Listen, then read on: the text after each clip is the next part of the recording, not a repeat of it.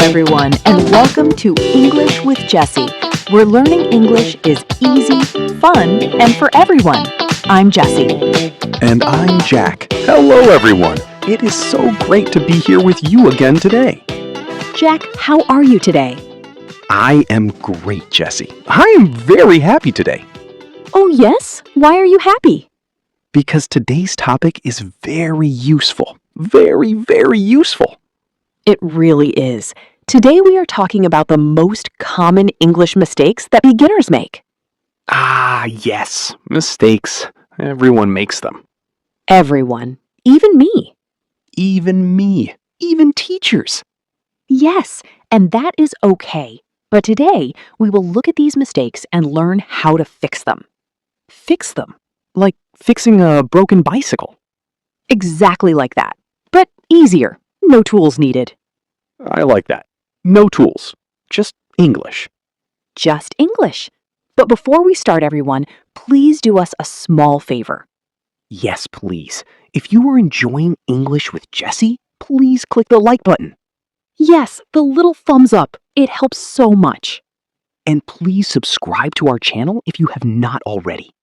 Subscribing means you never miss a new episode.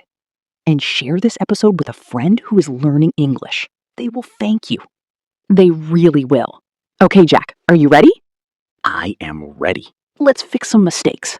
Okay, mistake number 1. This is a very common one. Tell me. Using I am agree instead of I agree. Oh, I am agree. Yes, I hear this a lot. Many beginners say I am agree because in their language, they use a verb to be before the feeling. I understand. It feels natural to say I am agree. Yes, it feels right, but in English, agree is already a verb.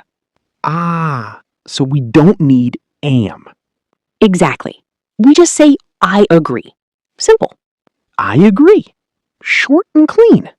Yes. Or I don't agree. Or do you agree? I agree. I don't agree. Do you agree? I can do this. You can. And the same rule works for other verbs, like I am like pizza. Oh no, that is wrong too. Yes, we say I like pizza, not I am like pizza. Because like is already a verb. We don't need am. Perfect, Jack. You are already fixing mistakes. I am a fast learner. Okay, mistake number 2. This one is very, very common. I am listening. Saying he go instead of he goes. Ah, the letter S. The small but important S. Yes, in English, when we talk about he, she, or it in the present tense, we add S to the verb. He goes, she walks, it works. Exactly right. But many beginners forget this small s. It is easy to forget. The S is so small. It is small, but it matters. For example, every morning he go to school. That sounds wrong now that I know the rule. Good. The correct sentence is every morning he goes to school. He does, she goes, it goes. We add the S. Yes. And sometimes we add es, like he watches, she teaches. He watches, she teaches. More than just S sometimes. Yes. If the verb ends in ch, sh, x, or o, we add es. Oh, interesting. He watches TV, she goes to work. My dog barks. Beautiful examples, Jack. Your brain is working. My brain is working hard today. Mistake number 3. This one makes many beginners nervous. Nervous? What is it? Confusing make and do. Oh, make and do. They feel the same. They feel the same, but they are different. Many languages use one word for both. Yes, in my first language, it is the same word. Exactly. So beginners say, I do a mistake, instead of I make a mistake. I do a mistake. That sounds a little wrong. It does. We say I make a mistake, not I do a mistake. Make a mistake. Okay. So when do we use make? We use make when we create something or produce something. Make a sandwich. Make a decision. Make a plan. Make a sandwich, make a plan. I like this.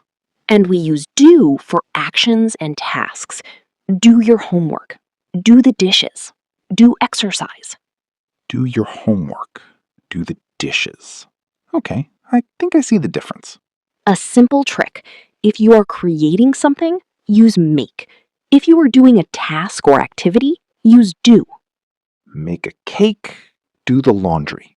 Perfect. You are getting it. I am making progress. See? Make progress, not do progress. Oh, wow. It is everywhere once you notice it. Okay. Mistake number 4. This one is about time. Time. I like talking about time. Using since and for incorrectly. Since and for. They both talk about time, right? Yes, but differently. For is used with a length of time. For 2 hours. For 3 years. For a long time. For a length. For 2 hours. I have been waiting for 2 hours. Exactly. And since is used with a point in time. A specific moment. A specific moment. Like a date or a day? Yes. Since Monday.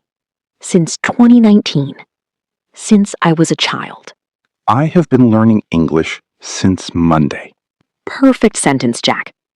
Now, a common mistake is saying, I have been here since 2 hours. I have been here since 2 hours. That sounds wrong now. It is wrong. We say, I have been here for 2 hours. Because 2 hours is a length of time, not a specific point. Exactly right. For a length, since a point. For 3 days. Since last Tuesday. Simple when you say it like that. Simple and very useful. Mistake number 5. This one is about articles. Articles. A and an and the. Yes, many beginners forget them completely. They are small words, easy to skip. Very easy to skip, but they change the meaning. A very common mistake is saying, I want to be doctor. I want to be doctor. Something feels missing. Yes, the article a is missing. The correct sentence is, I want to be a doctor. I want to be a doctor. The A makes it complete. Yes, in English, most singular nouns need an article. A cat, a book, a mistake. A cat, an apple, the window. Good. Remember, we use a before consonant sounds. A book, a dog. And an before vowel sounds. An apple, an umbrella. Exactly. And the when we are talking about something specific that both people know about. Please close the door. The door we both know about. Perfect. Articles are small, but they are important friends in every English sentence. Small but important. Like good advice. Okay, mistake number 6. This is a big one for speaking. Tell me, I am ready. Saying, I am boring instead of I am bored. Oh, I am boring. I say this sometimes. Many people do. But I am boring means you are a boring person, not fun to be with. Oh no, that is very different. Very different. I am bored means you feel bored. You have nothing to do. I am bored. I have nothing to do right now. Yes, the same mistake happens with tired and tiring, excited and exciting, interested and interesting. I am interesting means I am an interesting person. Right. And I am interested means you feel interested in something. I am interested in this lesson. Not I am interesting in this lesson. Yes, very different meaning. A simple rule. Feelings use ed. Bored, tired, excited, interested. And things or people that cause the feeling use ing. Boring, tiring, exciting, interesting. Yes, this movie is boring. I am bored watching it. The lesson is interesting. I am interested in the lesson. Beautiful. You are doing amazing, Jack. I am interested and definitely not boring. Definitely not. Okay, last mistake. Mistake number 7. The final one. Let's finish strong. Using very too much instead of stronger words. Very. I use very a lot. Everyone does. It is very, very, very common. See, even you just did it. I did. But in English, there are stronger, more interesting words. Like what? Instead of very tired, you can say exhausted. Exhausted. That sounds more powerful. Instead of very happy, you can say thrilled or delighted. Thrilled. Delighted. Those are beautiful words. Instead of very big, you can say huge or enormous. Enormous. I like that word. It is enormous. Using these stronger words makes your English sound more natural and more confident.